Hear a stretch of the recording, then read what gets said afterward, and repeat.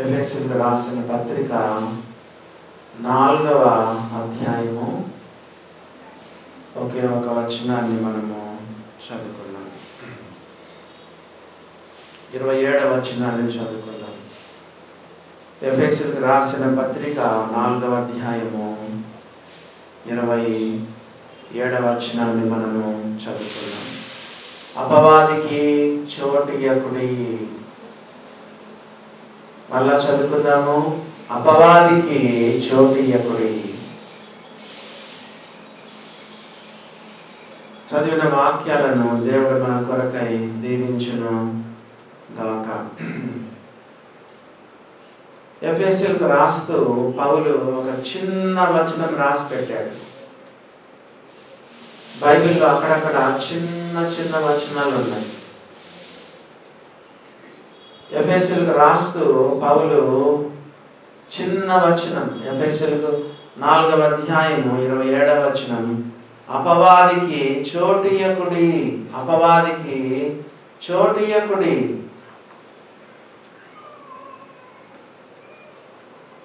ఎవరికి రాశాడు? విశ్వాసులకు రాశాడా? అవిశ్వాసులకు రాశాడా?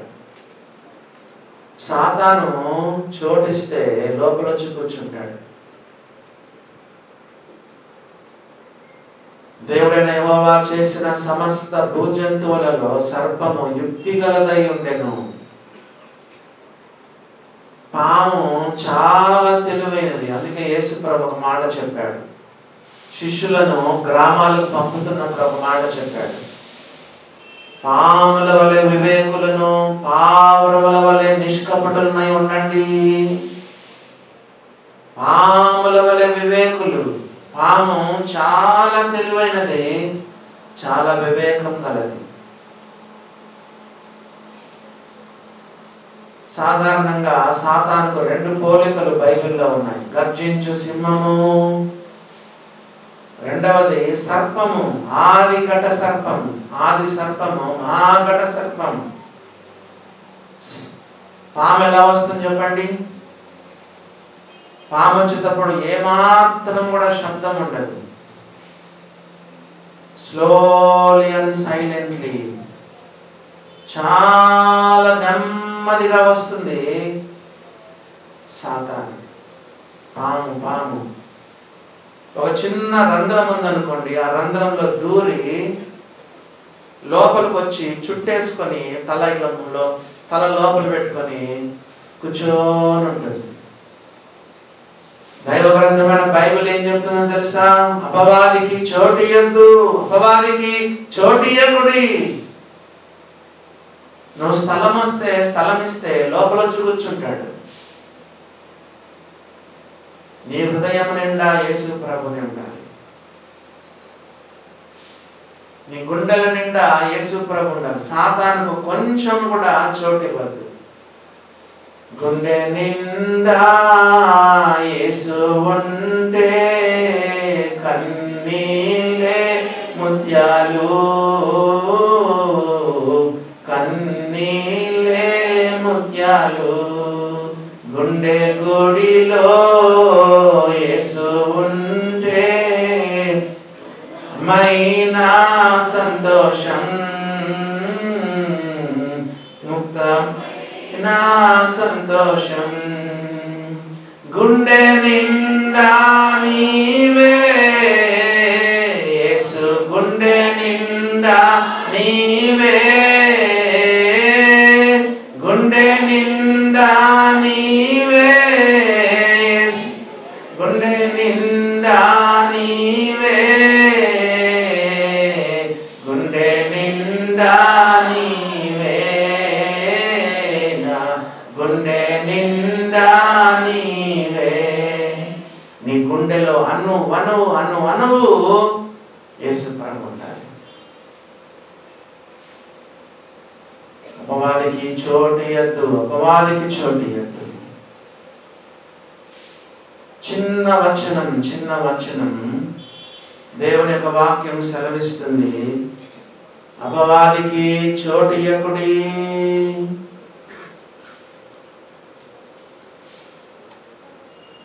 అపవాదికి చోటు ఇవ్వడం ద్వారా ఈ ప్యాసేజ్లో 7 పాపాలు చేసే అవకాశం ఉంది. అపవాదికి చోటు ఇస్తే చెప్పండి, ఈ ప్యాసేజ్లో ఎన్ని పాపాలు ఉన్నాయి? 7 పాపాలు ఉన్నాయి. మనకు టైం ఎంతవరకు వీలైతే అంత పాపాలు చూసుకొని, వీలైతే మిగతా వచ్చే వారం మనం చూసుకున్నాం. చూడండి, అపవాదికి చోటు ఇవ్వడం ద్వారా 7 పాపాలు చేసే అవకాశం ఉంది. చూడండి, మొట్టమొదటిది ఏంటో 25వ వచనం చదువుతున్నాను. మనము ఒకరికొకరు అవయవములమై ఉన్నాము కనుక మీరు అబద్ధమాడుట మాని ప్రతి వాడును తన పొరుగు వానితో సత్యమే మాట్లాడవలెను. అబద్ధం ఆడడం ద్వారా సాతానుకు చోటిచ్చిన వాడు అవుతావు. ఉన్నాయా? అబద్ధాలు ఉన్నాయా? యేసుప్రభువారు ఏం చెప్పారు? నీ మాట అవునంటే అవును, కాదంటే కాదని ఉండవలెను. వీటికి మించున్నది దుష్టుని నుండి పుట్టినది.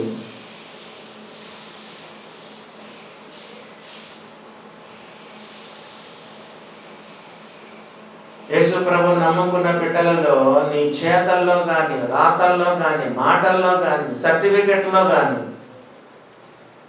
ఎక్కడ కూడా ఏ విధమైన అబద్ధాలు నీ యొక్క జీవితంలో ఉండద్దు.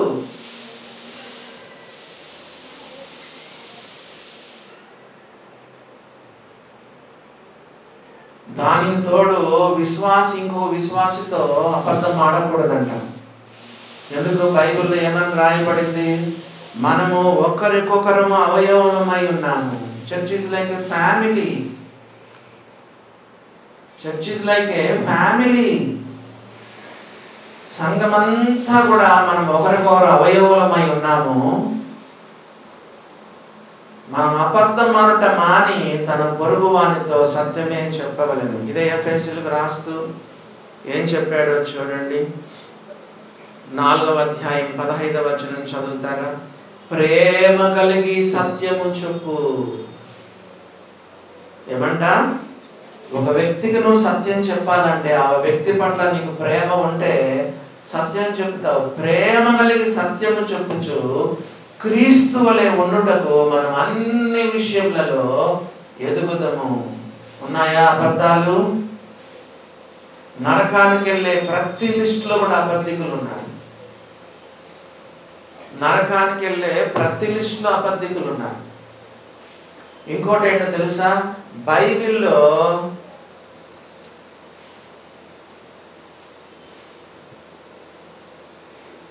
మొట్టమొదటి పాపము, ప్రస్తావించబడిన పాపం అబద్ధము. బైబిల్లోని లాస్ట్ సిన్ కూడా అబద్ధముతోనే ముగించబడింది. ఇది నిజమా? ఇది తోట చెట్ల ఫలములలో దేనిదైనా తినకూడదని దేవుడు చెప్పనా? ఇంకేమన్నాడు? మీరు చావనే చావరు, చావనే చావరు. అసలు సాతాను ఏం చేశాడు తెలుసా? దేవుని అబద్ధికునిగా చేస్తున్నాడు. దేవుని అబద్ధికునిగా చేస్తున్నాడు. వాటిని తినుదినమున మీరు నిశ్చయముగా చచ్చదరని దేవుడు చెప్తే సాతాను ఏం చేస్తున్నాడంటే తానే అబద్ధం చెప్తూ దేవుడే అబద్ధం అన్నట్టుగా చెప్తున్నాడు. బైబిల్లో మొట్టమొదటిగా ప్రస్తావించబడిన పాపము, మొదటి పాపము అబద్ధము. లాస్ట్ మెన్షన్డ్ సిన్ ఎవరు చెప్పండి? నెక్స్ట్ చూడండి, ప్రకటన గ్రంథం 22వ అధ్యాయము 15వ వచనం. బైబిల్లో ప్రస్తావించబడిన ఆఖరి పాపం చూడండి, ఏమని రాయబడిందో. ఆఖరి పాపం చూడండి, 2వ ప్రకటన 22:15. కుక్కలను, మాంత్రికులను, వ్యభిచారులను, నరహంతకులను, విగ్రహారాధకులను, అబద్ధమును ప్రేమించి జరిగించు ప్రతివాడును వెలపట ఉందురు. బైబిల్లో ప్రస్తావించబడిన ఆఖరి పాపం అబద్ధమే. బైబిల్లో ప్రస్తావించిన మొదటి పాపం కూడా అబద్ధమే. అపవాదికి చోటు ఇయ్యొద్దు, అపవాదికి చోటు ఇయ్యొద్దు. నరకానికి వెళ్ళే ప్రతి లిస్టులో కూడా అబద్ధికులు ఉన్నారు. ప్రకటన 21:8 చూడండి. ప్రకటన 21:8 పిరికి వారును, అవిశ్వాసులను, అసహ్యులను, నరహంతకులను, వ్యభిచారులను, మాంత్రికులను, విగ్రహారాధకులను, అబద్ధికులు అందరును అగ్ని గంధకములతో మండు గుండములో పాలు పొందుదురు. ఇది రెండవ మరణము. చూసారా దేవుని బిడ్డలారా, అగ్నిగుండానికి వెళ్ళిపోతారు అబద్ధాలు ఆడేటువంటి వారు. ఇంకా చూడండి 21:27 గొర్రె పిల్ల యొక్క జీవ గ్రంథమందు వ్రాయబడిన వారే దానిలో ప్రవేశింతురు కానీ నిషిద్ధమైనదేదైనను, అసహ్యమైన దానిని, అబద్ధమైన దానిని జరిగించువాడైనను దానిలోనికి ప్రవేశింపడు. 22:15 ఇందాక చదువుకున్నాం. కుక్కలు, మాంత్రికులు, వ్యభిచారులు, నరహంతకులు, విగ్రహారాధికులు, అబద్ధమును ప్రేమించు ప్రతివాడును వెలపట ఉంటారు. దేవుని బిడ్డలారా గమనించినారా? మనం ఒకరికొకరు అవయములై ఉన్నాము కనుక మీరు అబద్ధమడుట మాని ప్రతి వాడును తన పొరుగు వానితో సత్యమే చెప్పవలెను. దేవుని బిడ్డల్లో ఎటువంటి అబద్ధాలు ఉండకూడదని దేవుని యొక్క వాక్యంలో మనం చూస్తున్నాం.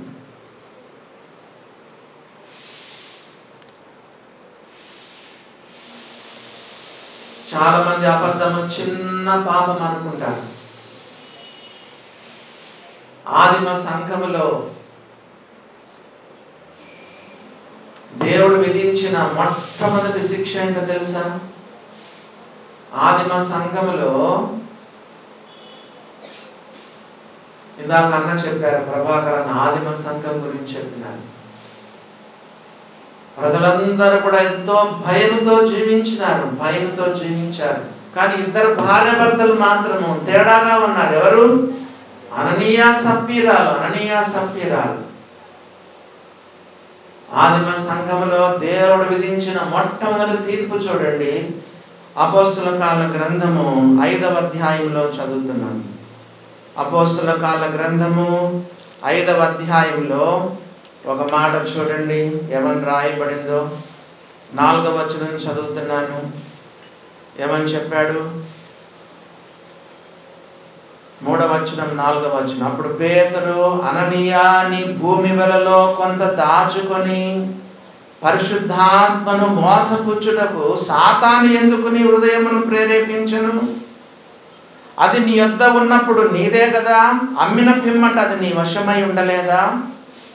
ఎందుకు ఈ సంగతి నీ హృదయములో ఉద్దేశించుకున్నావు?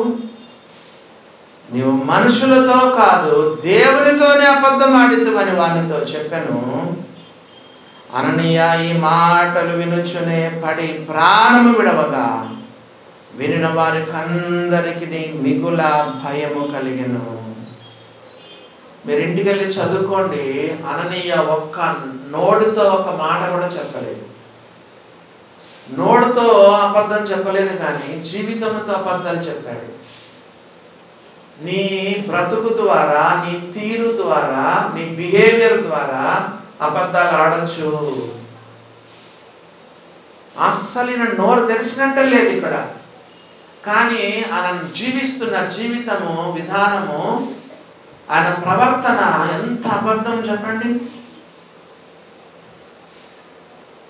దేవుని బిడ్డలారా గమనించండి. నువ్వు మనుషులతో కాదు దేవునితోనే అబద్ధం ఆడింది అని వింటూ ఉండగానే అక్కడికక్కడే ప్రాణం పోయింది. భర్తకు ప్రాణం పోయినట్టు భార్యకు తెలియదు. ఆమె కూడా లోపలికి వచ్చింది. ఏమ్మా ఇంతకే అమ్మినారా అంటే, అవును ఇంతకే అమ్మిందని చెప్పింది. పేతురు 9వ వచనం, ప్రభు యొక్క ఆత్మను శోధించుటకు మీరెందుకు ఏకీభవించితిరి? ఈ మాటలు వింటూనే అక్కడికక్కడే ఆమె కూడా ప్రాణం వదిలేసింది. చూసారా దేవుని బిడ్డలారా, అబద్ధం అనేది ఎంతో చిన్న పాపం అనుకుంటారు. చదవండి. యోహాను సువార్తలో యేసు ప్రభువారు ఏం చెప్పారో చూడండి. యోహాను సువార్త 8వ అధ్యాయము.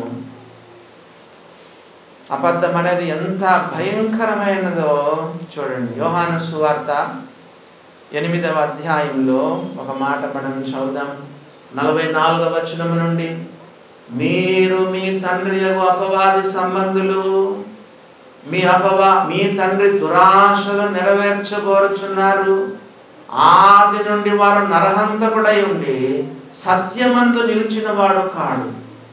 వాని యందు సత్యమే లేదు. వాడు అబద్ధం ఆడినప్పుడు తన స్వభావమును అనుసరించియే మాటలాడును. వాడు అబద్ధికుడును అబద్ధమునకు జనకుడునై ఉన్నాడు. అబద్ధాన్ని పుట్టించేవాడు ఎవరంటే సేటన్. యేసు ప్రభు చెప్తున్నారు, మీరు మీ తండ్రి యొక్క అపవాది సంబంధులు. అందుకే దేవుని వాక్యంలో రాయబడింది, అపవాదికి చోటియ్యకుడి, అపవాదికి చోటియ్యకుడి.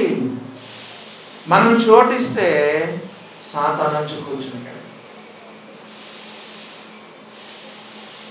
మనం చోటిస్తే సాతాను వచ్చి కూర్చుంటాడు. దేవుని వాక్యంలో అదే మనం చదువుతున్నాం. యాకోబు రాసిన పత్రిక 4వ అధ్యాయము 7వ వచనం చదువుతున్నాను. చూడండి, యాకోబు రాసిన పత్రిక 4వ అధ్యాయంలో 7వ వచనం ఏం చెప్తుందో చూడండి. యాకోబు రాసిన పత్రిక 4వ అధ్యాయము 7వ వచనం చదువుతున్నాను. ఏమని రాయబడింది? కాబట్టి దేవునికి లోబడి ఉండుడి, అపవాదిని ఎదిరించుడి, అప్పుడు వాడు మీ యొద్ద నుండి పారిపోవును. అప్పుడు వాడు మీ యొద్ద నుండి పారిపోవును. మొట్టమొదట మనం దేవునికి లోబడాలి. రెండవదిగా అపవాదిని ఎదిరించాలి. మూడవదిగా సాతాను పారిపోతాడు. బైబిల్లో ఎక్కడే కానీ, మీకు ఈ మధ్యనే చెప్పాను, బైబిల్ ఎక్కడే కానీ సాతానుకు పారిపోమని లేదు. బైబిల్ ఎక్కడే కానీ సాతానుకి పారిపోమని లేదు. కానీ దేనికి పారిపోమనంది? జారత్వమునకు దూరంగా పారిపోండి, విగ్రహాలకు దూరంగా పారిపోండి. తిమోతి, యవనేచ్ఛల నుండి పారిపో. బైబిల్ ఎక్కడే కానీ అపవాదికి సాతానుకు పారిపోమని లేదు. మనల్ని చూసి వాడే పారిపోతాడు.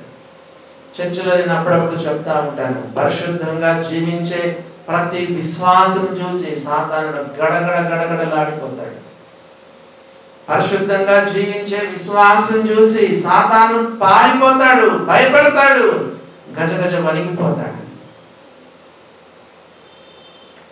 దేవుని వాక్యం చెప్తుంది, మీరు ఒకరికొకరు అవయములై ఉన్నారు కనుక మీలో ప్రతి వాడును తన పొరుగువానితో అబద్ధమాట మాని తన పొరుగువానితో సత్యమే మాట్లాడవలెను. ఉందా సత్యం? సర్వాంగ కవచములో దేవుడు సత్యాన్ని దేనికి పోల్చాడు చెప్పండి? సత్యమను దట్టి, అంటే బెల్ట్ అన్నమాట. మన బట్టలను గట్టిగా బిగించేదేదో తెలుసా?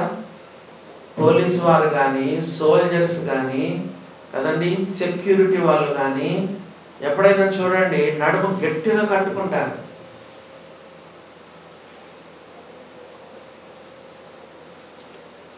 యుద్ధం చేయడానికి, పోరాడడానికి ఇది ఎంతో మనకు పనికొస్తుంది. నీ నడుమును చాలా స్టిఫ్గా నిలబెట్టేది ఏంటో తెలుసా? ఆ బెల్ట్. మన నడుము గట్టిగా కట్టుకున్నప్పుడు పరిగెత్తడానికి కానీ, పని చేయడానికి కానీ, పోరాడడానికి కానీ మనకి ఎంతో పనికొస్తుంది. ఆ సత్యం అనే దట్టి నీకు లేకపోతే నీ జీవితం కొలాప్స్ అయిపోతుంది. దేవుని బిడ్డలారా గమనించినారా? అపవాదికి చోటియ్యకుడి. దాంట్లో మొట్టమొదటి ఏం చేస్తే అపవాదికి చోటిస్తామంటే, మనం అబద్ధం ఆడినప్పుడు సాతానికి మనం చోటిచ్చినటువంటి వారంగా మనం ఉంటామని దేవుని యొక్క వాక్యంలో రాయబడింది. రెండవది చూడండి, రెండవదిగా చూస్తే మనం ఏమి చేస్తే సాతానుకు చోటిచ్చిన వారం అవుతాం. 26వ వచనం చదువుతున్నాను. కోపపడు గాని పాపము చేయకుడి, సూర్యుడస్తమించు వరకు మీ కోపము నిలిచి ఉండకూడదు. పాపముతో కూడిన కోపం సాతానుకు చోటిచ్చినట్టు. పాపముతో కూడిన కోపం.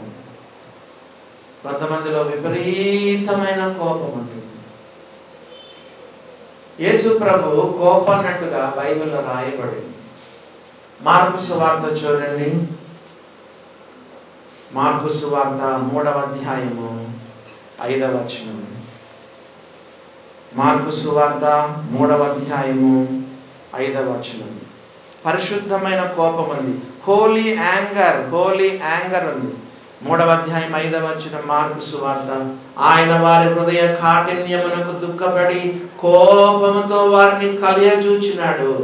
ఆ మార్కు సువార్త 10వ అధ్యాయము 14వ వచనం.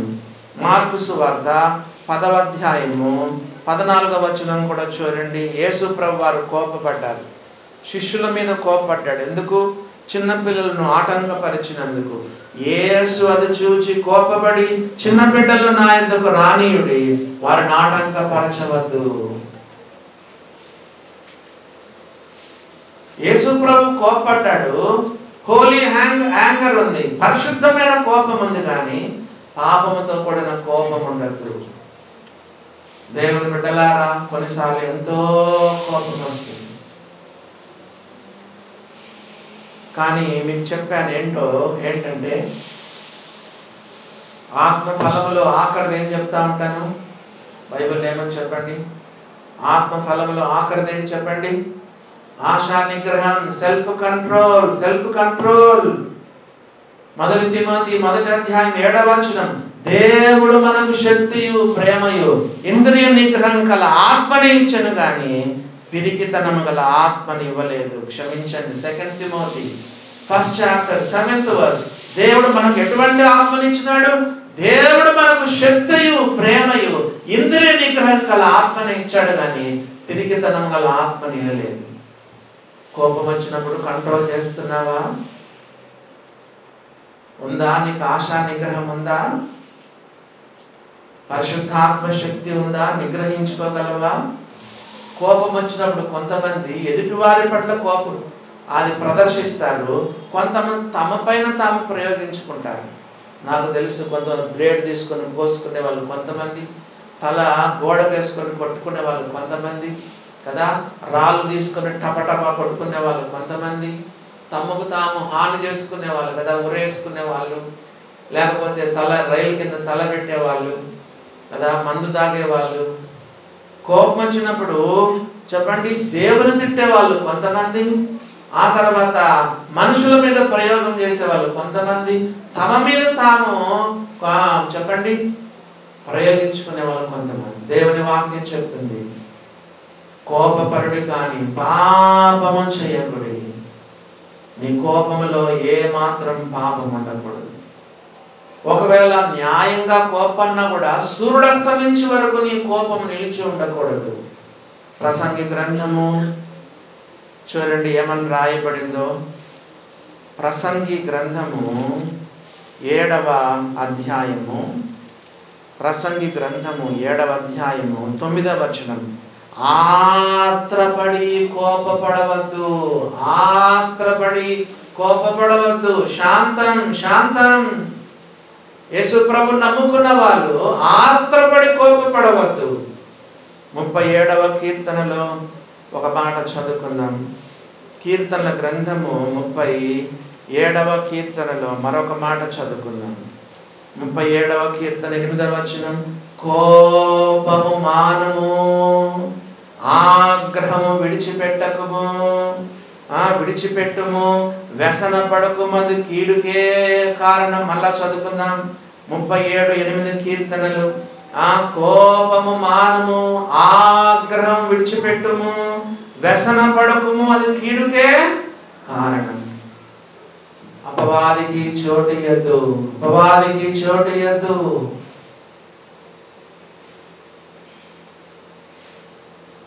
యాకోబు రాసిన పత్రిక 1వ అధ్యాయం. యాకోబు రాసినటువంటి మొదటి పత్రిక, ఒకే ఒక పత్రిక, యాకోబు రాసిన పత్రిక మొదటి అధ్యాయము 19వ వచనం చదువుకుందాం. 19-20 వచనాలు. The Epistle of James, 1st chapter, verse 19. నా ప్రియ సహోదరులారా, మీరు ఈ సంగతి ఎరుగుదురు కనుక ప్రతి మనుష్యుడు వినుటకు వేగిరపడువాడును, మాటలాడుటకు నిదానించువాడును, కోపించుటకు నిదానించువాడునై ఉండవలెను. నిదానం. దేంట్లో నిదానం? కోపించుటకు నిదానం. ప్రతి ఇంట్లో కూడా ప్రతిరోజు గొడవలు జరుగుతూ ఉంటాయి. ముఖ్యంగా భార్య భర్తలకు నడుస్తూ ఉంటుందండి కదా. పని ఒత్తిడి, కొన్నిసార్లు ఆర్థిక సమస్యలు ఉన్నప్పుడు కూడా భార్య భర్తల మీద చాలా ఒత్తిడి ఉంటుంది. దేవుని వాక్యం చెప్తుంది, వినుటకు వేగిరపడు, మాటలాడకు నిదానించు, కోపించుటకు నిదానించు. నెక్స్ట్ వచనం 20వ వచనం.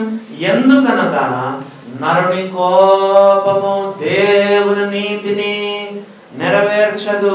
నరుని కోపము దేవుని నీతిని నెరవేర్చదు. దేవుని బిడ్డలారా, యేసు ప్రభువుని నమ్ముకున్న బిడ్డలు ఎలా ఉండాలో చూడండి. యేసు ప్రభువుని నమ్ముకున్న బిడ్డలు ఎలా ఉండాలి?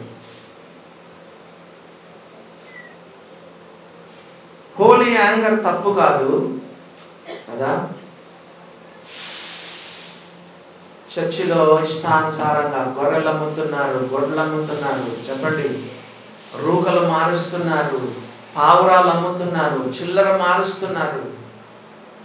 యేసు ప్రభు ముందు రోజు వచ్చి ఒకసారి చూసుకొని వెళ్ళాడు. మరుసటి రోజు కూడా అట్లే ఉంది. పక్కకి వెళ్ళి కొరడా చేశాడు. కొరడా చేసి వాళ్ళందరినీ కూడా కొరడాలతో తరిమేసినాడు. ఎడ్లను తరిమేశాడు. రూకలు మార్చి వారి బల్లలను పడదోసినాడు. చిల్లరంతా కూడా కిందికి పడదోసినాడు.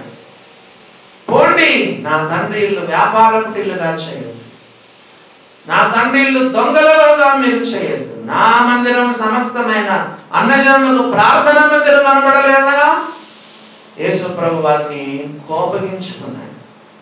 హోలీ యాంగర్ తప్పు కాదు, పరిశుద్ధమైన కోపం తప్పు కాదు. కానీ పాపముతో కూడినటువంటి కోపం, కోపపరుడు కానీ పాపము చేయకూడదు. సిన్ఫుల్ యాంగర్ అపవాదికి చోటించినట్టు. ఈ కోపము కాస్త ఎక్కువైంది అనుకోండి, దాన్ని ఏమంటారో తెలుసా? ఇక్కడే ఉంది చూడండి, 31వ వచనము ఏముందో చూడండి. 31వ వచనంలో సమస్తమైన ద్వేషము, కోపము, క్రోధము. ఏంటంట? కోపము కాస్త ఎక్కువైతే దాన్ని ఏమంటారు? క్రోధం. కోపాన్ని యేసు ప్రభు దేనికి పోల్చినాడో చూడండి. కొండ మీద ప్రసంగంలో యేసు ప్రభు ఏం చెప్పారో చూడండి. మత్తయి సువార్త 5వ అధ్యాయంలో యేసు ప్రభు ఏం చెప్పారు? మత్తయి సువార్త 5వ అధ్యాయంలో కోపాన్ని గురించి యేసు ప్రభు ఏం చెప్పారు? మత్తయి సువార్త 5వ అధ్యాయము 22వ వచనం. నేను మీతో చెప్పునదేమనగా, తన సహోదరుని మీద కోపపడు ప్రతివాడు విమర్శకు లోనగును. తన సహోదరుని మీద కోపపడు ప్రతివాడును విమర్శకు లోనగును. తన సహోదరుని చూచి వ్యర్థుడా అని చెప్పువాడు మహాసభకు లోనగును.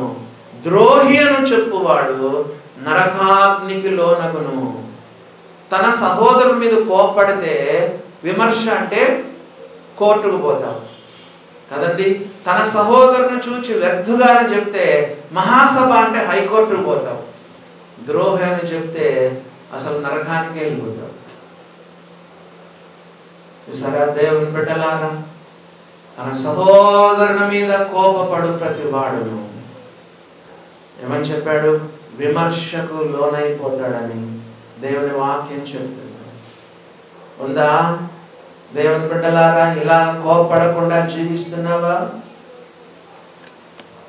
మనం చర్చిలో ఏం విన్నాం చెప్పండి. ప్రతి ఇల్లు కూడా it should be like a small heaven, little haven.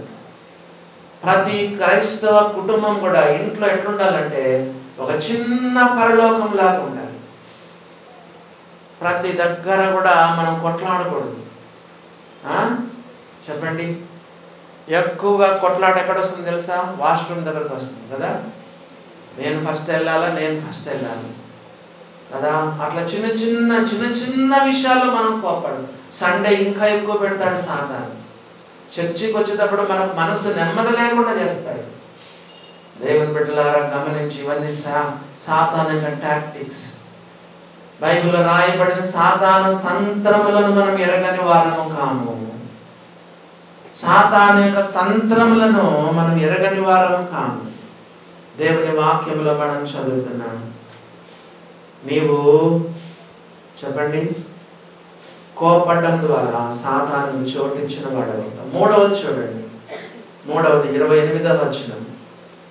దొంగిలు వాడు ఇక మీద దొంగిలక అక్కర గలవానికి పంచి పెరటకు వీలు కలుగు నిమిత్తము తన చేతులతో మంచి పని చేయించు కష్టపడవలను. ఇక్కడ 3 రకాలుగా సంపాదించవచ్చు అని ఉంది వచనంలో. 3 రకాలుగా సంపాదించవచ్చు. చూడండి, నంబర్ 1, దొంగతనం ద్వారా సంపాదించుకోవచ్చు. ఎవరైనా మనకు పంచి పెట్టడం ద్వారా మనం సంపాదించుకోవచ్చు. మూడవదిగా మంచి పని చేయొచ్చు, కష్టపడి సంపాదించవచ్చు. ఒకే వచనంలో 3 రకాలుగా సంపాదించవచ్చు. చూడండి, దొంగతనం ద్వారా సంపాదించవచ్చు. రెండవది, ఎవరో మనకు ఏమో ఇచ్చారు, తీసుకోవచ్చు, తప్పులేదు. మూడవదిగా కష్టపడి మంచి పని చేతులతో కష్టపడి సంపాదించేది. మొదటిది తప్పు, రెండవది కరెక్టు, మూడవది కూడా కరెక్టే. 3 రకాలుగా మనం సంపాదించదు. చెప్పండి, మళ్ళీ చెప్పండి. 28వ వచనం చదివి చెప్పండి. దొంగతనం ద్వారా మనము సంపాదించవచ్చు. రెండవదిగా ఎవరో మనకు ఏదో ఇచ్చారు, గిఫ్ట్ ఇచ్చినాడు, దాని ద్వారా కూడా మనం సంపాదించుకోవచ్చు. నంబర్ 3, తన చేతులతో మంచి పని చేయొచ్చు, కష్టపడుతూ సంపాదించు. మొదటిది తప్పు, రెండవది కరెక్టు, మూడవది కూడా కరెక్టే. యేసు ప్రభువు నమ్ముకున్న వాళ్ళు దొంగతనం చేయొచ్చా?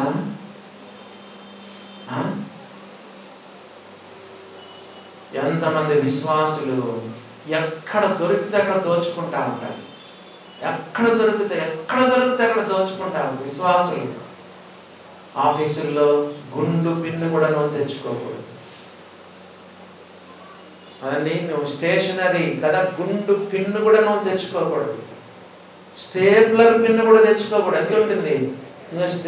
గుండు పిన్ను కంటే కూడా ఈ స్టేప్లర్ పిన్ ఎంత ఉంటుంది చెప్పండి? ఇంతే ఉంటుంది. అది కూడా నువ్వు తెచ్చుకోకూడదు. తెల్ల కాగితాలు ఆఫీస్ నుంచి తెచ్చుకోకూడదు. ఆఫీస్ ఫోను వాడుకోకూడదు. ఆఫీస్ యొక్క కదా, గవర్నమెంట్ నీకు ఉత్తరం ఇస్తే పర్లేదు, కానీ ఆఫీస్ కారును వాడుకోకూడదు కదా. దేవుని బిడ్డలారా గమనించండి. హాస్పిటల్లో పనిచేసే వాళ్ళు ఏం చేస్తారు చెప్పండి? టీచరు, ఇంకా కాటను, ఇంకా చెప్పండి, ఇంకా గవర్నమెంట్ హాస్పిటల్లో పనిచేసి మొత్తం తెచ్చుకుంటూ ఉంటారు కదండి. అన్ని తెచ్చుకుంటానే ఉంటారు. దొంగిలు వాడిక మీద దొంగిలక అక్కర గలవానికి పంచి పెరటకు వీలు కలుగు నిమిత్తము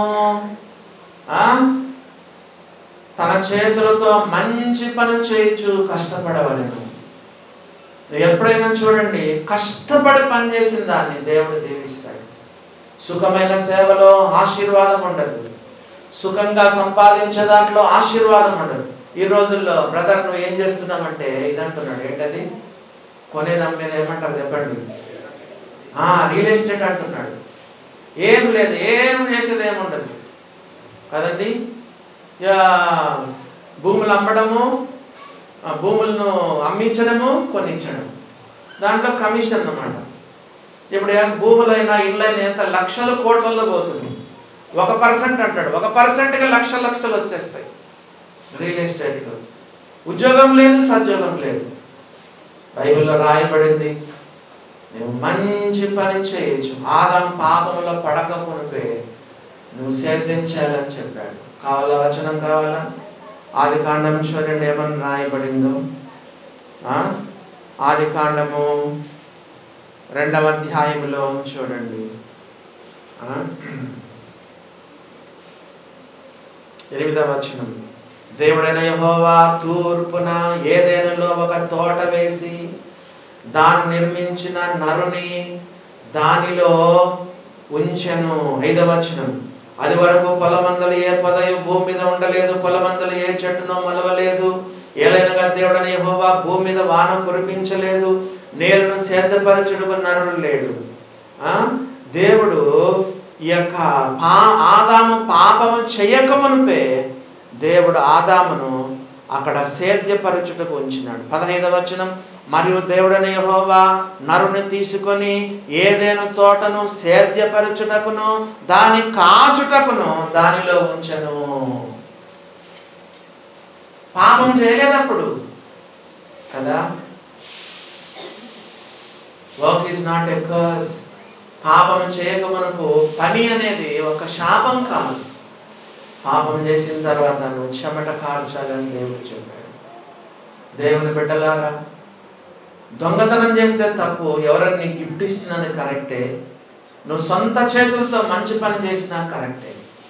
ఎప్పుడైనా చూడండి, సులువుగా వచ్చింది నీకు దక్కదు, ఎలా వస్తుందో అలాగనే పోతుంది. దేవుని బిడ్డలారా, మరి మంచి తన చేతులతో మంచి పని చేయొచ్చు, కష్టపడవలను. దొంగతనం చేస్తే అపవాదికి చోటు ఇచ్చినట్టు అవుతారు.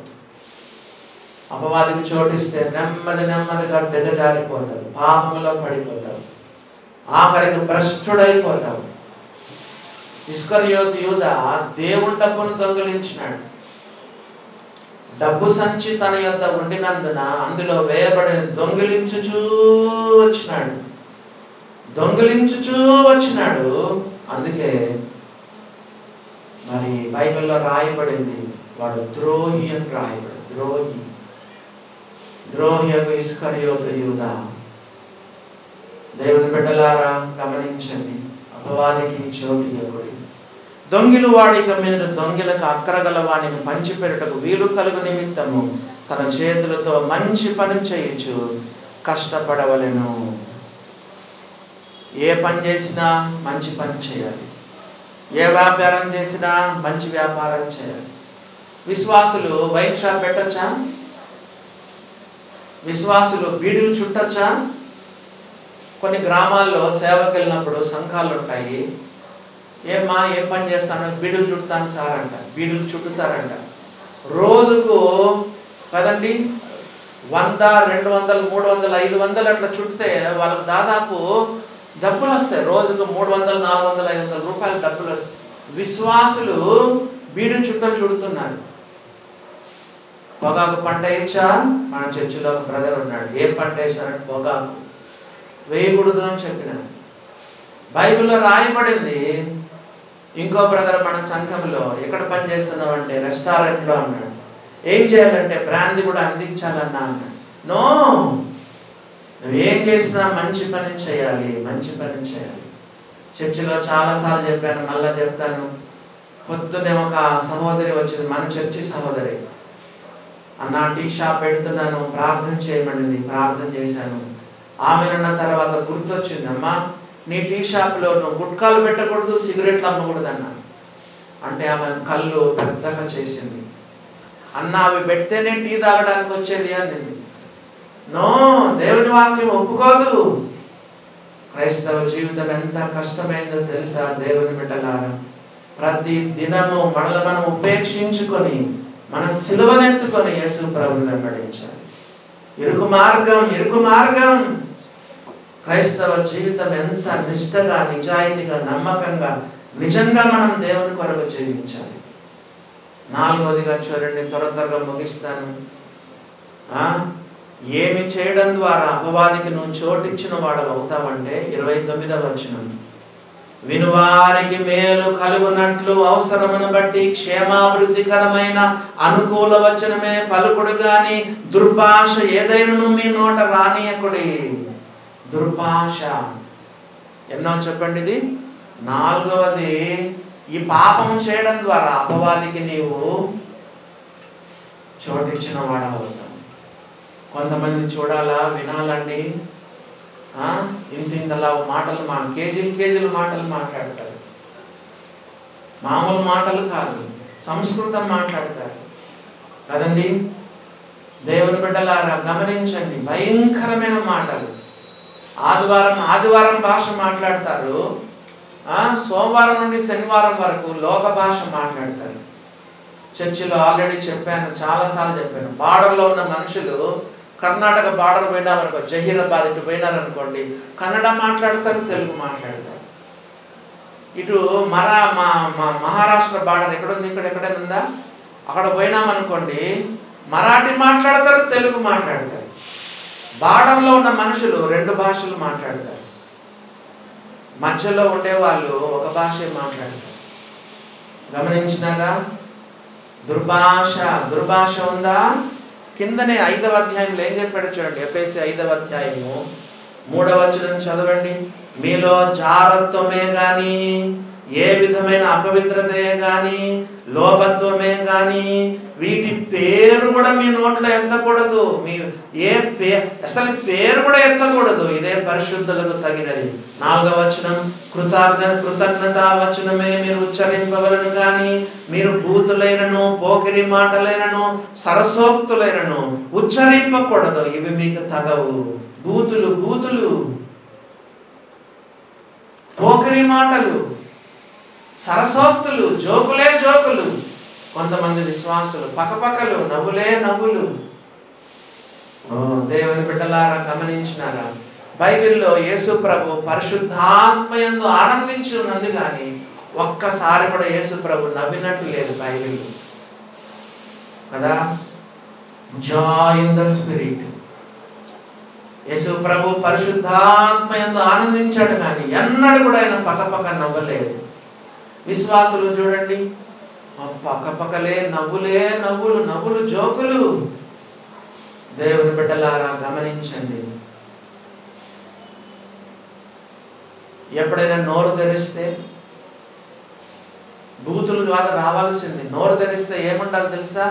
వినువారికి మేలు కలుగునట్లు అవసరమును బట్టి క్షేమాభివృద్ధికరమైన అనుకూల వచనం పలుకు. పాజిటివ్గా మాట్లాడు. కొంతమంది భయపడే వాళ్ళకు ఇంకా భయపడే మాటలు చెప్తారు. కొంతమంది చూడండి, దేవుని బిడ్డలు ఎంత మంచిగా మాట్లాడతారు తెలుసా? బ్రదర్ ఏం కాదు, ధైర్యంగా ఉండండి. అక్క ధైర్యంగా ఉండండి అక్క, ఏం కాదక్క, మన దేవుడు గొప్ప దేవుడు అక్క, మనకి ఎన్నో వాగ్దానాలు ఉన్నాయి కదా. చూసారా కొంతమంది ఎంత పాజిటివ్గా మాట్లాడతారు. కొంతమంది ఉన్న ధైర్యాన్ని కూడా చెడగొట్టేస్తారు. నీకు చేతనైతే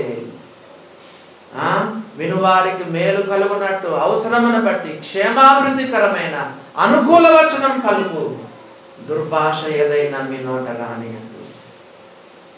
పౌలు ఏం చెప్పాడు కొలస్సీలకు రాస్తూ? చెప్పండి. పౌలు కొలస్సీలకు రాస్తూ ఏం చెప్పాడు? ప్రతి మనుష్యునికి ఎలాగో ప్రత్యుత్తరం ఇవ్వవలెనో అది మీరు తెలుసుకొనుటకై మీ సంభాషణ ఎల్లప్పుడూ రుచిగలదిగాను కృపాసహితముగాను ఉండనియండి. నీ వర్డ్స్ ఎలా ఉండాలంటే గ్రేషియస్ వర్డ్స్. నీ యొక్క మాటల్లో ప్రేమ, ఆప్యాయత, జాలి, దయ, కరుణ, కటాక్షం ఎంతో ఇతరులు ప్రోత్సాహకరమైనదిగా ఉప్పు వేసినట్టుగా ఉంటాయి. మీరు ఎప్పుడైనా చూడండి, పప్పు తీసుకొని ఇట్లా నోట్లో ఇట్లా పెట్టుకున్నామనుకో, పప్పు ఇట్లా కొంచెం తీసుకొని నోట్లో ఇట్లా పెట్టు, టక్కని తెలిసిపోతుంది ఉప్పు ఉందో లేదు. టక్కని సెకండ్స్లో తెలిసిపోతుంది. ఆ కూర కూడా అంతే, కర్రీ తీసుకొని అట్లా నోట్లో అట్లా పెట్టుకున్నామనుకో, సెకండ్స్లో తెలిసిపోతుంది అక్కడ దాంట్లో ఉప్పు ఉందో లేదు. నీ మాటల్లో తెలిసిపోతుంది. నీ మాటల్లో ఆ యొక్క కరుణ, దయ, దాక్షిణ్యం, క్షేమాభివృద్ధికరమైన అనుకూల వచనం ఉందో లేదో సెకండ్లలో తెలిసిపోతుంది. దుర్భాష మాట్లాడద్దు.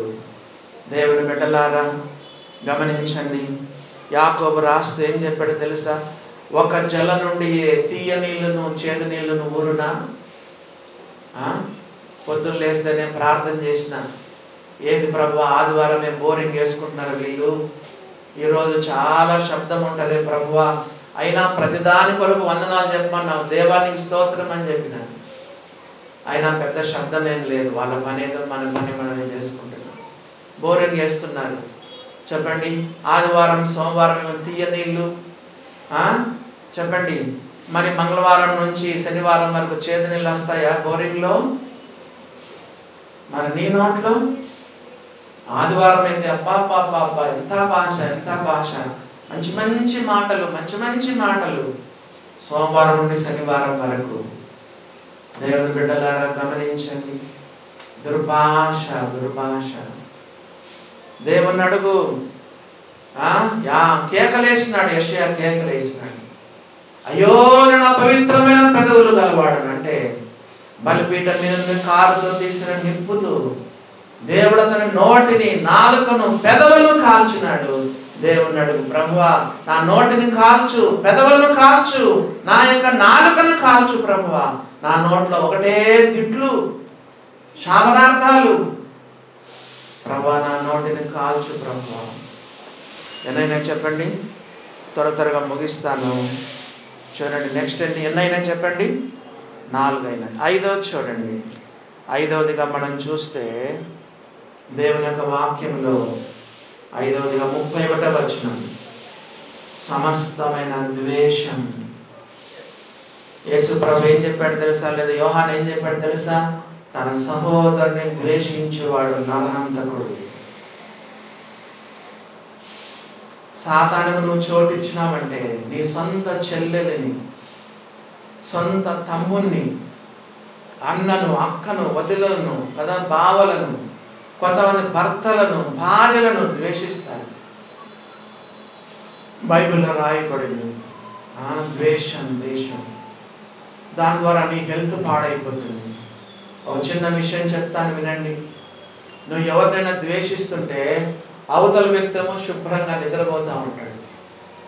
ద్వేషం పెట్టుకున్న నీకు బీపీ పెరుగుతుంది, షుగర్ పెరుగుతుంది కదా, హెడ్ఏక్ వస్తుంది, నరాలన్నీ చిట్లిపోయినట్టుంటాయి, నిద్ర పట్టదు. నువ్వు ఏ వ్యక్తిని ద్వేషం, ఆయనేమో చల్లగా నిద్రపోతున్నాడు, నీవు మనకు ఎక్కువ డ్యామేజ్ జరుగుతుంది, మనకు ఎక్కువ డ్యామేజ్. నో, ఎవరిని ద్వేషించొద్దు కదా. దేవునికి ప్రార్థన చేయి. మనం చేయాల్సిందంతా కూడా దేవునికి చెప్పుకోవడమే. నీ సమస్య దేవునికి చెప్తుంటే విరుగుడు అయిపోతుంది. నిన్న నేను ఒక మహబూబ్నగర్ జిల్లాలో ఫ్యామిలీ కాన్ఫరెన్స్లో వాక్యం చెప్తాను. యవనస్తులు చాలామంది ఉన్నారు. స్త్రీ పురుషుల మధ్య ఆకర్షణ ఉంటుంది, క్వైట్ న్యాచురల్. అదే చెప్పాను, నీకు ఎవరిపైన అమ్మాయి పైన మనసు పోతే దేవుని చెప్పు, ప్రభువా నేను ఎంతో ఫలానా అమ్మాయి ద్వారా నేను డిస్టర్బ్ అవుతున్నాను, ఫలానా అబ్బాయి ద్వారా డిస్టర్బ్ అవుతున్నాను, ఫలానా శోధన ఉంది, ఫలానా పాపం నేను చేయించలేకపోతున్నాను, సహాయం చేయి. నీ సమస్య దేవుని చెప్పు. ప్రభు ఆ వ్యక్తి పైన నాకు ఎంతో కోపం ఉంది, ఎంతో ద్వేషం ఉంది, సహాయం చేయి. Simple simple. మొత్తం నీ సమస్య అంతా పరిష్కారం. దేవునికి చెప్పు, దేవునికి చెప్పు. తన సహోదరుని ద్వేషించేవాడు నరహంతకుడు. ఏ నరహంతకుని యందును నిత్య జీవం ఉండదు. ఒక విశ్వాసాల ద్వేషం పెట్టుకోవడానికే లేదు. ఎన్నైనా చెప్పండి. 5వది. 6వది చూడండి, త్వరగా ముగిస్తాను. 6వదిగా 31వ వచనం, సమస్తమైన ద్వేషము, కోపం అయిపోయింది, క్రోధం అయిపోయింది. 6వది చూడండి, అల్లరి. అల్లరి. విశ్వాసులు అల్లరి చేయొచ్చా? కొంతమంది ఇళ్ళకు పోయి చూడండి. ఇప్పుడెందుకు, ఈరోజు చూడండి, ఇంత భక్తిగా కూర్చున్నారు కదా, 1:30కు తెలియకుండా ఒకరి ఇళ్ళకి వెళ్ళండి. భర్త చేసే అల్లరి, భార్య చేసే అల్లరి. కొలాయిల దగ్గర చూడాలా, ఏమంటారు మీరు? నాలా అంటారా? బిందెలు పట్టుకొని, జుట్లు పట్టుకొని ఒక్కొక్కరు సిస్టర్లు చెప్పండి. దేవుని బిడ్డలు అల్లరి చేయొచ్చా? సంఘంలో అల్లరి చేయొచ్చా? డిపార్ట్మెంట్ అల్లరి చేయొచ్చా? పరిశుద్ధుల సంఘములన్నిటిలో కదా మరి కుటుంబాలన్నింటిలో దేవుడు సమాధానకే కర్త గాని అల్లరికి కర్త కాడు. అల్లరితో కూడిన ఆట పాటల్ని బైబిల్లో రాయబడింది. యేసు ప్రభు నమ్ముకున్న బిడ్డలు అల్లరి చేయొచ్చా? అల్లరి చేయడం ద్వారా అపవాదికి నువ్వు చోటించినట్టు. ఆఖరిగా 7వదిగా చూడండి ఏమని రాయబడిందో. 32వ వచనం. ఒకని ఎడల ఒకడు దయకలి. దూషణ అయిపోయింది, దుష్టత్వం అయిపోయింది. 32వ వచనం 7వదిగా చూడండి. ఒకని ఎడల ఒకడు దయ కలిగి కరుణా హృదయులై క్రీస్తునందు దేవుడు మిమ్మల్ని క్షమించిన ప్రకారం మీరును ఒకరినొకరు క్షమించండి. 7వదిగా నువ్వు అపవాదిని చోటు ఎప్పుడు ఇస్తావంటే క్షమాపణ లేని హృదయము. అన్నా నేను ఆయన్ని మాత్రం క్షమించలేనన్నా అంట. అన్నా ఆమెను మాత్రం నేను క్షమించను. ఎవరైనా క్షమిస్తాను కానీ ఇదిగో ఆయనను మాత్రం నేను క్షమించను. బైబిల్ ఒప్పుకుంటుందా? చెప్పండి దేవుని బిడ్డలారా. ఒకని ఎడల ఒకడు కరుణా హృదయులై, ఒకని ఎడల దయ కలిగి కరుణా హృదయులై క్రీస్తునందు దేవుడు మిమ్మల్ని క్షమించిన ప్రకారం మీరును ఒకరినొకరు క్షమించండి. ఉందా? క్షమించుకునే స్వభావం ఉందా? హాని చేశాడు, కీడు చేశాడు, అవమానం చేశాడు, నిన్ను అల్లరి చేశాడు, నీ పేరు చెడ్డలని కొట్టేసినారు, వాట్సాప్లో నిన్ను గురించి చెడ్డగా ప్రచారం చేశాడు, నిన్ను అవమానం చేశాడు. బైబిల్లో రాయబడింది క్షమించు క్షమించు క్షమించు. చాలాసార్లు వచనం చూపించాను. కొండ మీద ప్రభు నేర్పిన ప్రార్థనలు ఏముంది? మీరు మనుషుల అపరాధములను క్షమించిన ఎడల పరలోకపు తండ్రి మీ అపరాధములను క్షమించు. మీరు మనుషుల అపరాధములను క్షమింపకపోయిన ఎడల మీ పరలోకపు తండ్రి కూడా మీ అపరాధములను క్షమించడు. రాసి పెట్టుకో. క్షమిస్తున్నావా? నీ జీవితంలో క్షమించలేని వ్యక్తి ఎవరైనా ఉన్నాడా? శత్రువు కావచ్చు, భర్త కావచ్చు, భార్య కావచ్చు, ఇంటి వాళ్ళు కావచ్చు. అప్పుడప్పుడు అన్నదమ్ములకు అక్కచెలకు పడతా ఉంటుంది. ఏంటో తెలుసా? ఆస్తి పాస్తుల దగ్గర కదా. అన్న కొంచెం కొట్టేసినాడు, సంతకం పెట్టేసి, దొంగ సంతకం పెట్టేసి, నీకు రావాల్సింది సరి సమానం కాకుండా కొంచెం కొట్టేసినాడు. వస్తుంది. ఈవెన్ అన్నదమ్ములకు కూడా వస్తుంది, అక్కచెల్లెలకు వస్తుంది. బైబిల్ రాయబడి క్షమించుకో. కట్టకపోయేది ఏమన్నా ఉందా? ఈరోజు దేవుని రాకడ వచ్చింది అనుకో, ప్రభు రాకడ చాలా దగ్గరగా ఉంది, మొత్తం వదిలేసి పైకి పోవాల్సిందే. ఏమొస్తుంది? అందరినీ క్షమించుకో. అలా దేవుని బిడ్డలారా గమనించండి. క్షమాపణ లేని హృదయము నువ్వు అపవాదికి అనవసరంగా చోటించినట్టు. అది కూడా నువ్వు దేవునికే చెప్పుకో. ప్రభువా, అతను కీడు చేశాడు, నా హృదయంలో అతని మీద చాలా బాధ ఉందయ్యా, ఆ సహోదరి పట్ల నాకు చాలా బాధ ఉంది, నాకు చాలా కీడు చేశాడయ్యా. ఇది కూడా దేవునికి వెళ్ళి చెప్పుకో కదా. దేవుడు నీకు జయమిస్తాడు. దేవుని బిడ్డలారా, మన సమస్యలను దేవుని చెప్పుకుంటే చాలు. 7 సంగతులు మనం విన్నాం. వేటి ద్వారా అపవాదికి మనం చోటు ఇవ్వగలం? నంబర్ 1 అబద్ధము, నంబర్ 2 కోపము, నంబర్ 3 దొంగతనము, నంబర్ 4 దూషణ, నంబర్ 5 ద్వేషము, నంబర్ 6 అల్లరి, నంబర్ 7 క్షమాపణ లేని హృదయము. మన జీవితాలు పరీక్ష చేసుకొని సాతానుని చోటు ఇవ్వకుండా ఆత్మీయ జీవితంలో ముందుకు సాగాలి. దేవుడు మనకు సహాయము చేయనుగాక.